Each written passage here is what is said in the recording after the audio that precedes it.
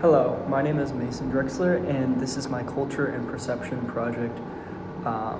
So I chose the article Eating Christmas in Kalahari by Richard Lee. It's a short essay, and here's a brief summary of what happens. So Lee buys a large ox as a Christmas gift, expecting to impress the community.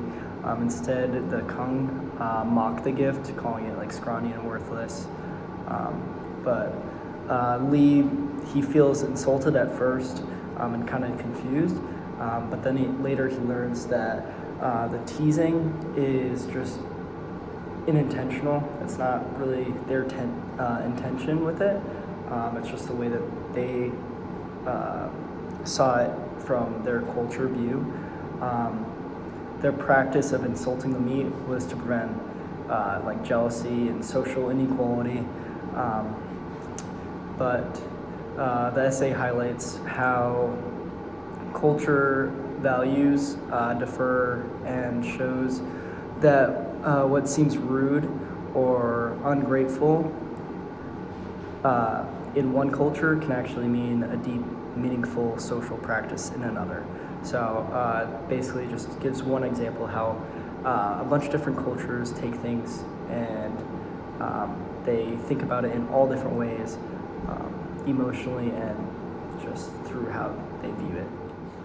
One of the first ethocentric biases that I found in this article was when Lee initially interprets the insults as like disrespect and stuff like that, and the bias comes from his Western worldview where generosity is typically met with like praise and no like criticism, which is for someone that lives in America, that's a little odd, and I couldn't even imagine that either, so I'd be a little confused as well. For challenging like the norm, the story challenges the idea that generosity should bring status among like the Kung, like downplaying the gifts, and it maintains like social balance and stuff like that. My own culture norm example is like in my culture, whenever someone gives like generosity or something like that, it's most likely like praised, and from like an outsider it might seem like promoting competition or something like that. So I do see how that can be an issue, but it's not really a norm for America or where we are from.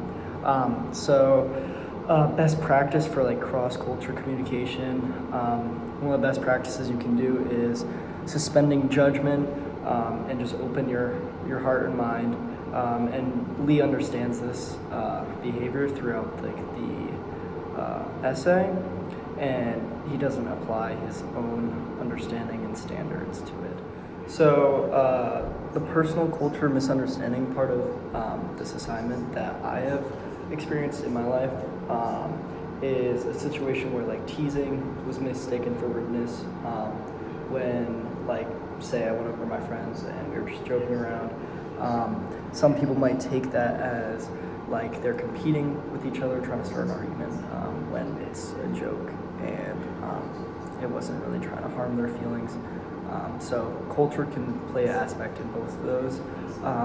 One of the most important lessons that I learned from this article was that like behavior only has meaning within its culture context. So if you see something outside of your culture and you don't really understand that, or you take offense, it's most likely you just don't understand that culture. The worldview strongly shapes how actions are perceived in communication and from different cultures. So that is one of the biggest lessons of this article.